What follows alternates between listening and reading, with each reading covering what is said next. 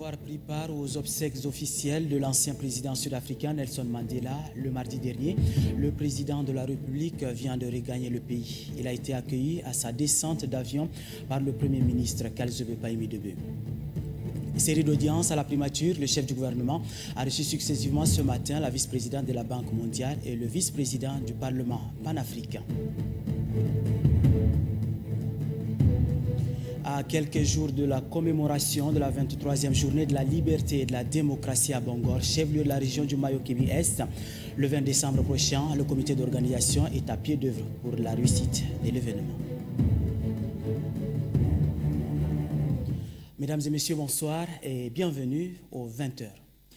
Dans l'actualité ce soir, le président de la République, Idriss Déby Itno, a regagné N'Djamena cet après-midi en provenance de Pretoria, en Afrique du Sud, où il a assisté aux funérailles officielles de l'ancien président sud-africain Nelson Mandela. Le président de la République a été accueilli à l'aéroport international Hassan Diamous de N'Djamena par le Premier ministre Kalzebe Paimi-Debe, quelques membres du gouvernement et du maire de la ville de N'Djamena. Justement, le président de la République, Idriss Déby Itno, a assisté le mardi dernier à la cérémonie des funérailles officielles de l'ancien président sud-africain Nelson Mandela, décédé le 5 décembre à l'âge de 95 ans. Hier aussi, le chef de l'État et plusieurs de ses homologues sont allés s'incliner sur la dépouille de l'illustre disparu. Retour sur l'événement avec Ibrahim Ahmad Adam. Arrivé lundi dernier à Pretoria, la capitale sud-africaine, le président de la République, Idriss Déby Itno, était accompagné du ministre de l'Intérieur et de la Sécurité publique, Mohamed Yaya Okidagash, et du ministre conseiller à la présidence de la République et secrétaire général du MPS, Beyom Adrien Malo, ainsi que du directeur de cabinet civil du chef de l'État, Ahmad Mamad Bachir, et de la présidente de la Haute Cour de justice, Madame Elise Loum. Le chef de l'État a reçu un accueil sobre à l'aéroport en raison de l'atmosphère de deuil qui frappe la nation arc-en-ciel. L'ambassadeur du Tchad à Pretoria, Mahmoud Béchir, et quelques membres de la chancellerie étaient à l'aéroport pour souhaiter la bienvenue à la délégation présidentielle. C'est le lendemain matin que le chef de l'État a assisté à la grande cérémonie de funérailles officielles organisée au stade de Soweto, aux côtés de plus de 100 de ses homologues, plusieurs autres chefs de délégation et près de 70 000 Sud-Africains, noirs et blancs confondus, pleurant le père de la nation arc-en-ciel. L'image est forte et saisissante. La communion était totale pour saluer la mémoire d'un géant et d'un héros national.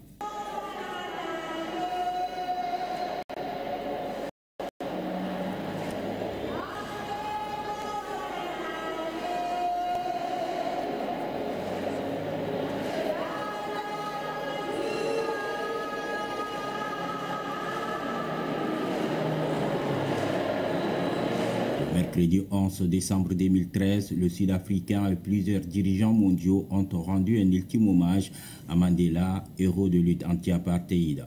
Le président de la République, Idriss Déby Itno, très marqué par ces tristes événements, et plusieurs autres chefs d'État et de gouvernement, d'anciens chefs d'État, ainsi que de nombreuses personnalités politiques et de showbiz ont convergé vers Union Buildings, la présidence sud-africaine, pour s'incliner devant la dépouille de l'ancien chef d'État sud-africain décédé le 5 décembre dernier, à l'âge de 95 ans. Par vagues, tous ont été acheminés sur le lieu où était exposé le cercueil de Mandela. La dépouille de l'ex-leader de l'ANC, couverte de couleurs nationales, était exposée dans le grand amphithéâtre en plein air dans l'enceinte de Union Buildings. C'était là que Nelson Mandela avait été investi président de la République en 1994, 4 ans après avoir quitté la prison de Robben Island, où il a passé 27 ans de sa vie. C'est un vrai symbole.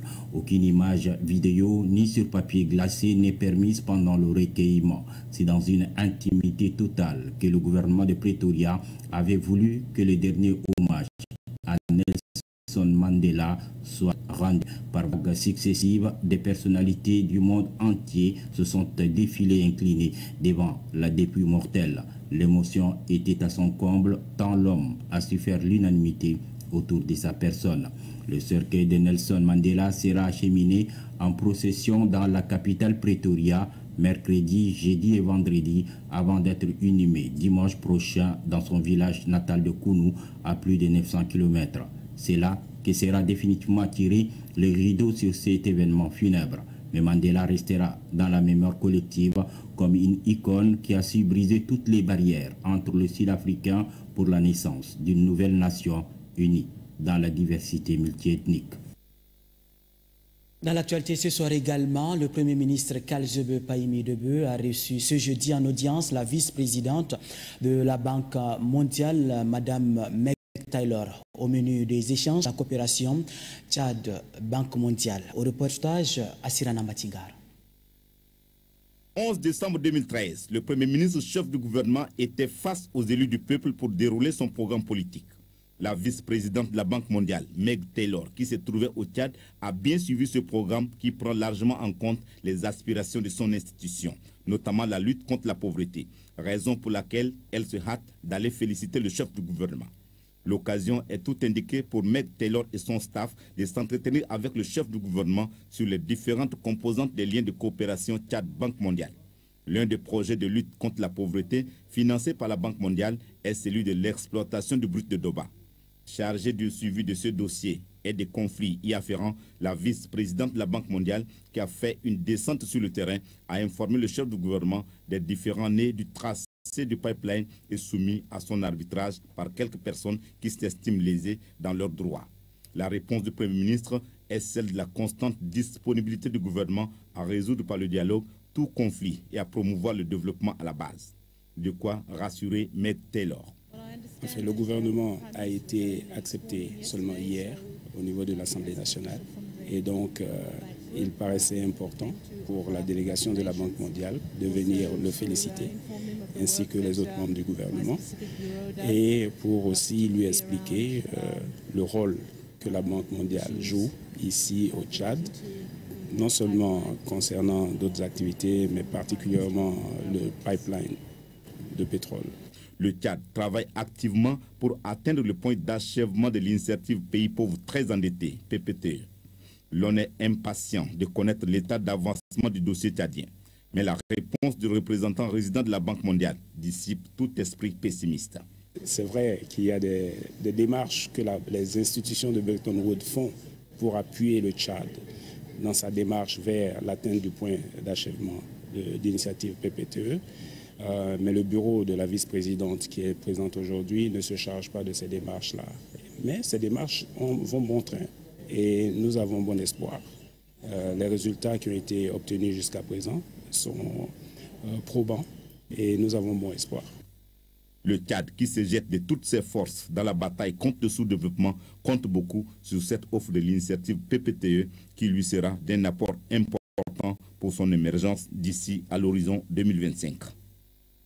Le Premier ministre a eu un agenda chargé ce jeudi, juste après avoir reçu la deuxième personnalité de la Banque mondiale. Le chef du gouvernement a accordé également une audience au premier vice-président du Parlement panafricain, Roger Nkodondang. Les échanges entre les deux personnalités ont porté essentiellement sur le renforcement des relations de coopération entre le Parlement africain et l'Assemblée nationale du Tchad. Ramad Yassan.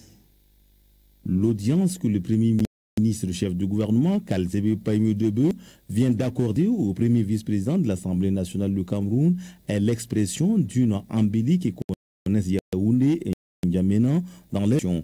Le premier vice-président de l'Assemblée nationale du Cameroun, Roger Nkodondang, est par ailleurs premier vice-président du Parlement panafricain en séjour dans notre pays, a échangé avec le premier ministre sur les questions inhérentes à la coopération entre son pays et le Tchad et ensuite la crise centrafricaine et son lot de désolation. Les deux personnalités ont salué les efforts des États de la communauté économique des États de l'Afrique centrale, CEAC, le retour de la paix dans le pays meurtri. Le premier vice-président du Parlement panafricain, Roger Nkodondang, n'a pas manqué de vanter la vision des autorités tchadiennes dans la résolution des conflits qui assaillent aujourd'hui le continent africain. Il a magnifié l'excellence des relations de coopération qui existent entre l'Assemblée nationale du Cameroun et celle du Tchad d'une part et le Parlement panafricain et le Tchad d'autre part. Nous avons fait le tour disons, de la question, que ce soit au niveau de la structure elle-même, de son fonctionnement et même de sa transformation. Vous savez, le protocole instituant le Parlement panafricain est sur la table des chefs d'État pour modifier et en faire un organe législatif.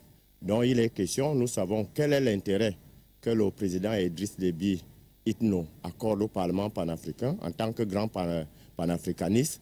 Depuis longtemps, cet amendement a tout le temps été supporté par le Tchad. Je venais d'en remercier le président de la République et par là rencontrer le Premier ministre pour rappeler qu'au mois de janvier, le protocole sera à nouveau sur la table des chefs d'État pour sa ratification.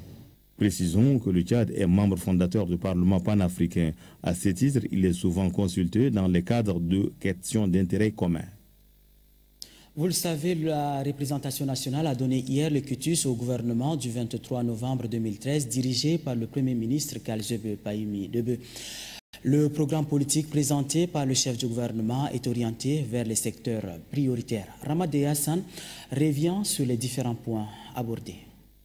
En se livrant à ces grands orales, les inondés, le monde rural, les sacrifiés du système éducatif, les éclopés, les agents de l'État, tout ce qui constitue la demande sociale n'a pas été oublié par le Premier ministre chef du gouvernement, Kalzebe Pahimi Debe. Dans un calme olympien inégalable, le chef du gouvernement a décliné sa feuille de route sous le regard teinté de sagesse et d'admiration des élus du peuple. Les diplomates accrédités de la République du Tchad et autres invités d'honneur comme le premier vice-président de l'Assemblée nationale du Cameroun. Le Premier ministre chef du gouvernement a du haut de la tribune remercié et rendu hommage au président de la République Idriss Déby Itno qui lui a fait confiance en le nommant à ses postes de responsabilité. C'est donc grâce à cette confiance qu'il se tient légitimement devant les élus du peuple. Le chef du gouvernement, pendant plus de 3 heures d'horloge, s'est livré à un acte républicain de haute portée nationale, celui de prendre des engagements devant la nation. Le Premier ministre Kalzebe a déroulé un programme clair, mesuré et ambitieux, engageant le membre de son équipe gouvernementale. Son gouvernement doit relever pour le mois et années à venir les nombreux défis qui l'attendent. Pour mener à bien le programme politique, il a prescrit rigueur, assiduité, probité et l'esprit d'anticipation à son gouvernement. Le Premier ministre chef du gouvernement, Kalzebe Pahimi Debe, promet d'être sans pitié avec les détourneurs des deniers publics. Bref, son gouvernement œuvrera pour l'instauration d'une véritable gouvernance. La lutte contre la cherté de vie doit être le combat de toutes les couches sociales, a signifié le Premier ministre, chef du gouvernement, Kalzebe Pahimi Debe, devant les élus du peuple. La question de la gestion des tracteurs n'a pas été perdue de vue par le chef du gouvernement. Suivez plutôt. Nous remarquons toutefois qu'il y a un certain nombre de choses qui participent à la cherté de la vie. Nous en avons décliné quelques-uns dans le programme, notamment les taxes, les faux frais. Une production déficiente, c'est d'abord pour les denrées alimentaires, c'est une question d'offre. Offre et demande. L'offre est inférieure à la demande. Quand nous parlons de l'insécurité alimentaire, de la souveraineté alimentaire, nous n'avons pas de grands opérateurs qui investissent dans l'alimentaire. Il n'y en a pas. Ce qui pose des problèmes. Et le fait que l'ONASA vient rajouter en achetant, par exemple, du mil sur le marché national, alors qu'on peut importer, je pense que le gouvernement doit faire en sorte que, à travers une concertation permanente, un dialogue permanent, on puisse très rapidement résoudre le problème de la cherté de vie. Et nous l'avons inscrit en priorité. Nous allons rechercher la solution ensemble et appliquer ensemble. L'option de mécanisation de notre agriculture pour accroître la production et les revenus des paysans est une option salutaire pour le monde rural. Ça va dans la droite ligne dans ce que le chef de l'État a promis au monde rural. Cependant, la gestion des tracteurs est un raté. Ça, je pèse mes mots. Et ça, j'ai eu à le constater, j'ai eu à écouter en province les gens, les paysans. Les chefs de canton et autres à qui la gestion des tracteurs est confiée ne mettent ces tracteurs à la disposition de leur population qu'après avoir fini de labourer leurs champs, les champs de leurs enfants, les champs de leurs proches. Entre-temps, la période de semis, ça a un délai. C'est passé. Nous devons très rapidement repenser et rechercher la meilleure manière donc de gérer les tracteurs de manière à rendre disponible le moment opportun, et ce pour tous les paysans qui expriment la demande. Peut-être qu'il faut penser à une solution de coopérative, je ne sais pas. Mais le gouvernement, le ministère en charge va s'y pencher. Répondant aussi aux préoccupations des parlementaires par rapport aux établissements supprimés par son prédécesseur, le Premier ministre a été on ne peut plus clair. Suivez. Dans la situation actuelle, où il y a eu floraison des lycées, où il y a eu rapprochement des lycées, des élèves, maintenant, on met tout ensemble, on revient à la situation de, je ne sais pas, d'il y a 10 ans, 20 ans, on demande aux filles d'aller rester chez les tuteurs, on demande aux parents d'aller louer des cases aux enfants alors qu'ils n'en ont pas les moyens. D'abord, ils sont plus nombreux que nous entre-temps. Donc, compte tenu de tout ça, et compte tenu des revendications qui fusaient de toutes parts, des parents, des élus, des citoyens lambda, des plaintes,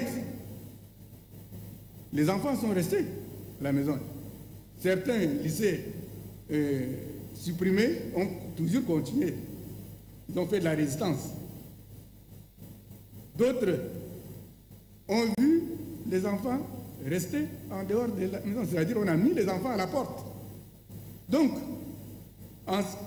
nous avons pris en toute responsabilité les mesures de suspension du lycée.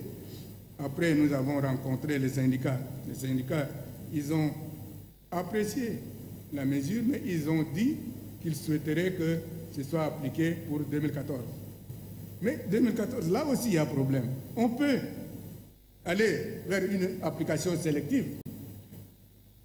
L'idéal, c'est que ces lycées reprennent immédiatement. Parce qu'il y en a qui n'ont même pas cessé. Il y en a qui sont dans la possibilité d'être, moyennant 1 ou 2 semaines, d'être opérationnels le plus rapidement possible.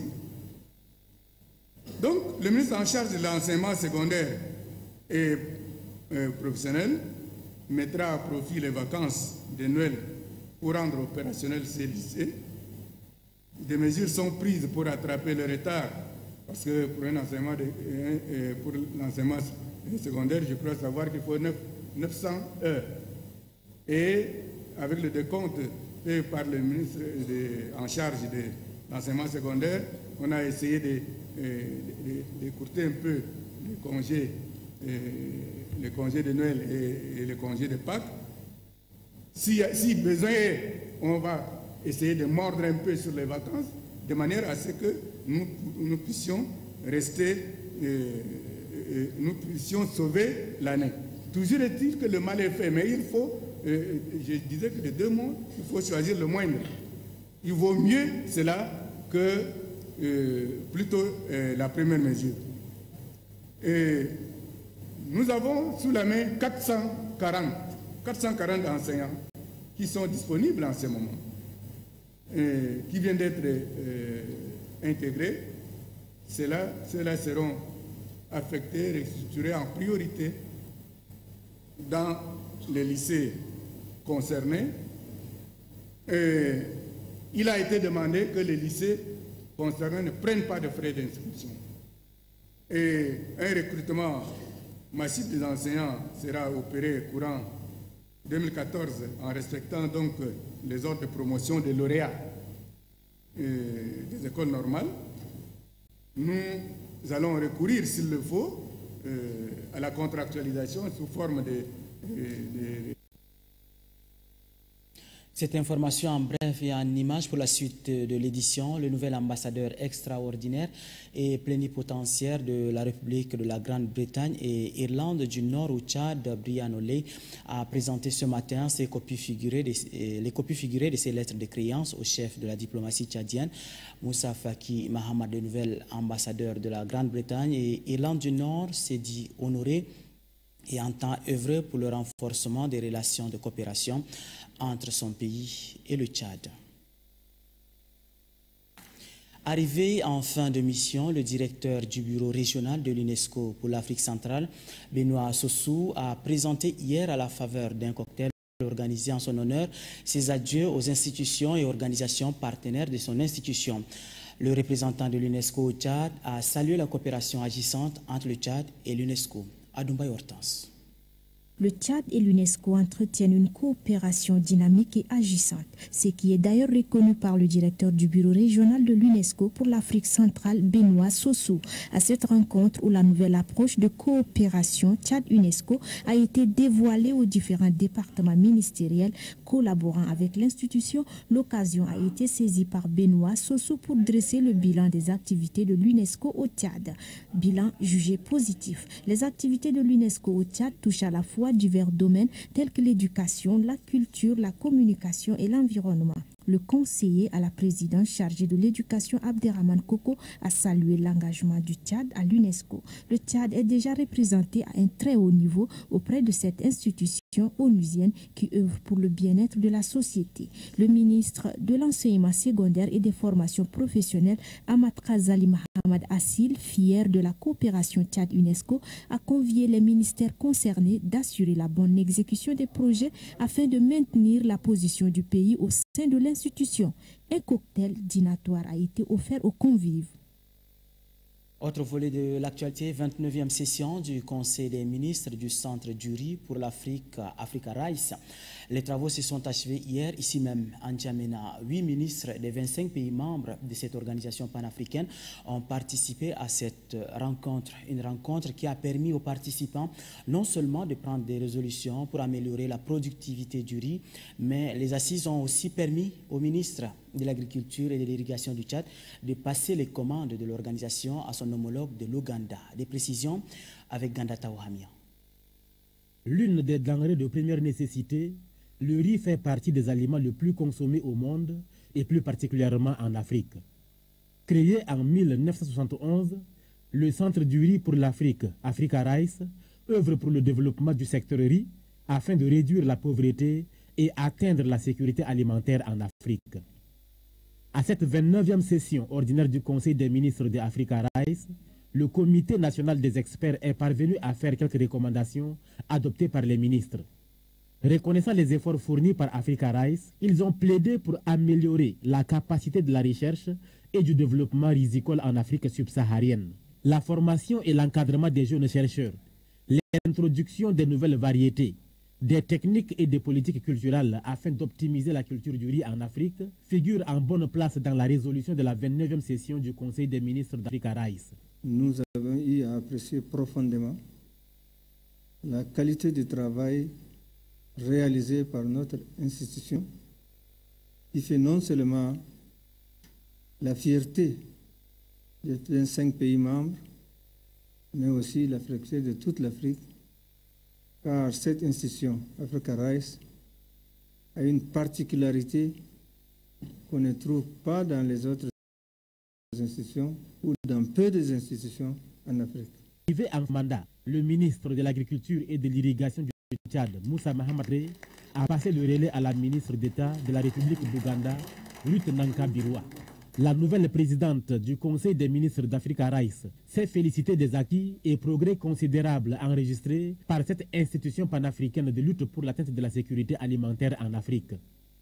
Outre la signature du protocole d'accord avec l'Union africaine, Ruth Nankabirwa promet être la porte-parole de l'institution régionale auprès des pays de l'Afrique de l'Ouest pour les convaincre à rejoindre le rang des 25 pays membres. Cependant, reconnaît-elle, que l'engagement total des États, qui sont la plus importante source de financement de la recherche agricole, peut aider Africa Rice à atteindre ses objectifs. Pourquoi la La nouvelle présidente d'Afrique Rice invite les États à s'acquitter de leurs obligations en vue, dit-elle, de lutter efficacement contre l'insécurité alimentaire en Afrique par la culture du riz. Fin également hier des travaux de la revue du portefeuille de la BAD et de la clinique fiduciaire. Les acteurs concernés ont évalué les actions de leurs institutions respectives et se sont fixés des orientations pour mieux gérer les projets et rendre visibles leurs impacts sur la population. Des précisions avec Adoumbaye Hortense. Le Tchad et la Banque africaine de développement coopèrent depuis plus de 4 décennies. Même si déjà la BAD a financé plusieurs projets de développement, les différents acteurs ici réunis jugent peu visibles ces impacts sur les bénéficiaires, faute de la bonne gestion financière. Ce qui urge, c'est de développer d'autres stratégies plus efficaces pour changer les données. Le représentant résident de la BAD au Tchad, Michel Chirdjena Wembo, invite les différents coordonnateurs des projets représentés à s'approprier les résultats du diagnostic posés à ces assises afin de minimiser les risques et éventuellement corriger les maux inhérents liés aux acquisitions, à la gestion financière et au décaissement. Le représentant du ministre de l'économie du plan, Moussa Adjimaï, apprécie le nouveau plan ici développé, un plan qui selon lui répond parfaitement aux besoins réels des acteurs. Il les convie à sa bonne mise en œuvre car nombre de populations bénéficiaires fondent leur espoir sur ces opérations pour améliorer leurs conditions de vie et réduire la pauvreté. Une journée nationale de restitution d'informations et de sensibilisation sur le projet Amélioration de la résilience des populations sahéliennes aux mutations environnementales a été organisée ce matin. Plusieurs experts de l'ONG Observatoire du Sahara et du Sahel et ceux du ministère de l'Environnement et des Ressources halieutiques ont pris part à cette restitution. Estelle Abdelkader. L'Observatoire du Sahara et du Sahel publie les résultats de son enquête sur les changements climatiques au Tchad, une première dans notre pays. Le projet d'amélioration à la résilience des populations sahéliennes face aux mutations environnementales, REP Sahel, vise à améliorer la gestion durable des ressources naturelles. Divers thèmes liés aux enjeux climatiques et à la surveillance environnementale sont inscrits au menu de la rencontre. Le secrétaire général adjoint du ministère de l'Environnement et des Ressources halieutiques exhorte les uns et les autres à être assidus. Le Tchad compte rattraper son retard sur la mise en place d'un dispositif national de surveillance écologique et environnementale qui, somme toute, fait partie des stratégies pour atteindre de manière durable la souveraineté alimentaire. Bon à savoir, le REP Sahel est présent dans 7 pays d'Afrique francophone. Il est en synergie avec les initiatives, les programmes, les projets régionaux, sous-régionaux et nationaux. En politique, la mission de restructuration des organes régionaux de l'OPJ dans la partie méridionale du pays se poursuit. La délégation par le secrétaire national de l'OPJ-MPS, Hassan Sila Bakari, a investi hier à Bongor la nouvelle équipe dirigeante de l'OPJ-MPS du Mayo-Kébi-Est. Remadi Orion, envoyé spécial. Bongor, chef-lieu de région du Mayo-Kébi-Est, est la dernière étape de la mission de restructuration des comités régionaux de l'OPJ-MPS, commencée le 29 novembre dernier dans la zone méridionale. Une mission qui est une réussite à entendre le président national de restructuration de l'OPJ-MPS. La disponibilité est le maître mot qui a guidé le processus amorci pour la réussite de cette mission de restructuration. Dans cette ville, c'est le jeune Laouna François qui a été choisi pour diriger l'organisation pour la promotion et la participation de la jeunesse de la région du Mayo-Kébi-Est. L'objectif que le nouveau comité exécutif des jeunes du Mayo-Kébi-Est se fixe, c'est de réussir à 100% les recensements prochains. Dida Mahamar, secrétaire exécutif de l'OPJ-MPS, a saisi l'occasion pour remercier toute la délégation et saluer les efforts consentis par tous les militants pour que cette mission de restructuration des comités régionaux soit une réussite. Je m'engage à faire respecter des orientations qui étaient données dans les 6 régions précédentes. Et le Mayo-Kébi-Est, 7e étape de notre périple, le choix porté sur les camarades dans les 7 régions n'est pas fortuit. Cette dernière phase est pour le chef de la délégation de l'OPJ-MPS, celle de la réconciliation et de la camaraderie. Le mot camaraderie, le mot amitié, doit avoir un sens pour la jeunesse de Bangor. Elle a été longtemps utilisée, trompée, dévoyée, et certains ont même cru bon vendre sa voix pour accéder à des strapontins. Notre cause est juste. C'est parce que nous croyons en un Tchad moderne, parce que nous croyons en un Tchad où il fait beau vivre. C'est parce que nous sommes convaincus que derrière Idriss Déby Itno, il n'y a pas de honte à être avec le MPS. Cette série d'installations des comités régionaux de l'EPJ-MPS est l'une des recommandations issues du 5e congrès tenu il y a une année dans la capitale tchadienne. Ce sont donc au total 7 régions qui ont vu leurs représentants installés au sein de l'EPJ-MPS. Il s'agit des régions du Logone occidental, du Logone oriental, du Mandoul, du Moyen Chari, de la Kandjilé, du Mayo-Kébi ouest et du Mayo-Kébi est. Toutes ces régions ont chacune 29 représentants au bureau du comité régional de l'EPJ-MPS. Restons toujours à Bangor pour dire que le président national du comité d'organisation des festivités de la 23e journée de la liberté et de la démocratie pour la ville de Bangor, Launa Gongraoul, a fait un point de presse. C'était pour confirmer la célébration de cette fête nationale le 20 décembre prochain à Bangor et en même temps lancer les activités commémoratives. Un extrait de ses propos.